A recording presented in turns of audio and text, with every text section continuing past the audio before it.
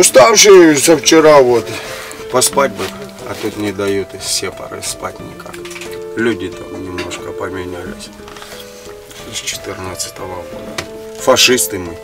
Будешь сильно много рассказывать, мусора сразу посадят. У меня одноклассник на том боке. Приходим в блиндаж, за блиндажом. Бум-бум с кровати, Андрюша. Брк. А де ж її про... А, оце, да, ось. Местный, украинский. Це скільки кілометрів? Точнее будет километров 25 максимум. Да? Ну 30 до Донецка у меня. Ну, до Селидова 30. Але Километров 25-20, грубо говоря. він не окупований, правильно? Нет, З іншої мы под сторони. Украиной. Угу. Я вообще сборщик мебели. Це до 24 лютого ви цим займалися? Да? А раніше? Шахтер. Ви були багато років Да, у Москві? сборка мебели. Вот. Сборщик мебели занимался. Сборкой мебели. И тут же так же самое. А, і в Москві ви там займалися? Да, в Москве я вообще, это моя официальная работа. А чому повернулись в Україну? Я разбежался с семьей и вернулся. Угу. Устал смотреть на бардак этот тупой. Люди там немножко поменялись с 14-го года.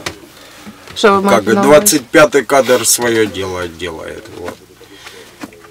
Пропаганда, нассали в уши. Люди не понимают, что происходит. Ну, там. Так, именно аэропорт только показывает. Вот это, сколько лет аэропорт показывали, что вот война, а кроме аэропорта нечего даже показать. Да.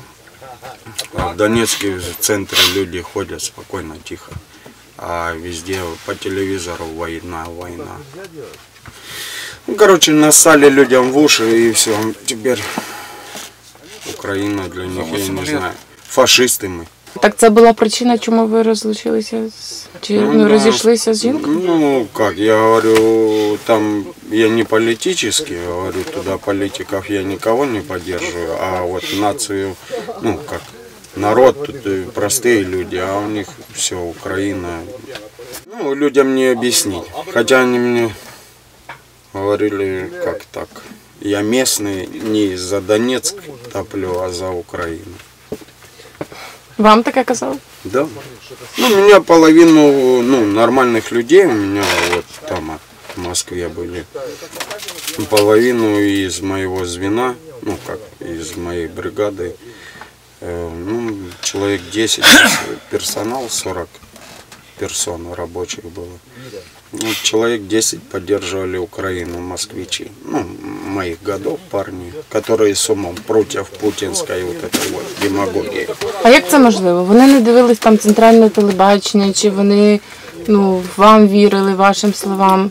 Тобто як так виходить, що одні сліпо вірять, а інші нормально? Одни пользуются только телевизором, другие еще источники хлебают, интернет, кто-то что-то туда-сюда, плюс есть родственники где-то, у людей в Украине. Ну, как бы есть люди, которые доносят немножко, но их мало. Ну, половину там зомбированные, даже не половину, а 80%. Путина очень мало поддерживают там в самой Москве. Ну, только вот этот бабушки да дедушки только там живут. Им ссут в глаза, они божья роса. Ну, как-то так. Будешь сильно много рассказывать, мусора сразу посадят. Что-нибудь придумают, какую-то историю. Что-нибудь в карманы напихает, лишь бы привлечь тебя к чему-то. Ну, как-то так.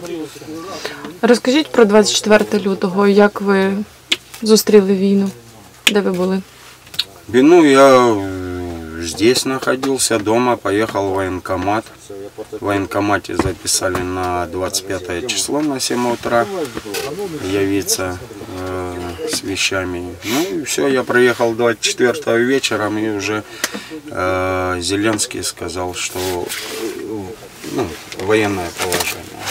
Як ви пояснюєте собі, що ваші земляки воюють з того боку? Ну, окрім російської армії, зрозуміло. Обманутые — это раз. Що ви маєте на увазі обманути? Ну, вони ж дорослі люди.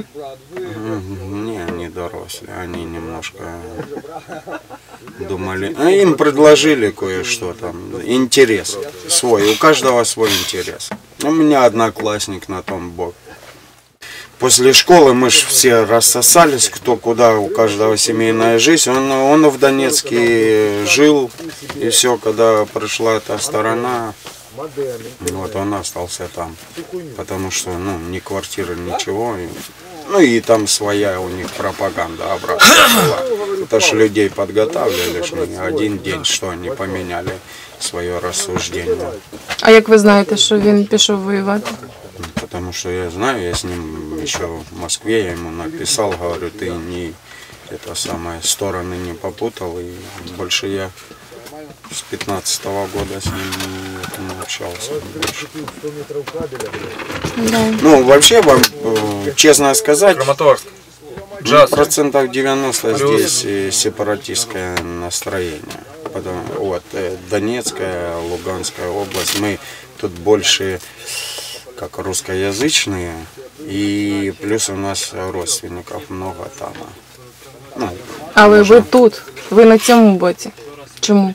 А мы не знаю, где родился, там и пригодился, есть такая пословица. Как-то так маме говорила моя. Не знаю. нам здесь не нужен русский мир. Мы живем в своей стране. Нам нужно ее лелеять, поднимать с колен. И нам не дают, потому что мы будем лучше жить. Наша страна богатая страна. И залежами урана, никеля, угля, даже нефть есть, газ есть. Мы бы жили очень хорошо, но нам не дают. Их давят. У них комок в горле стоит из-за того, что мы будем жить лучше них.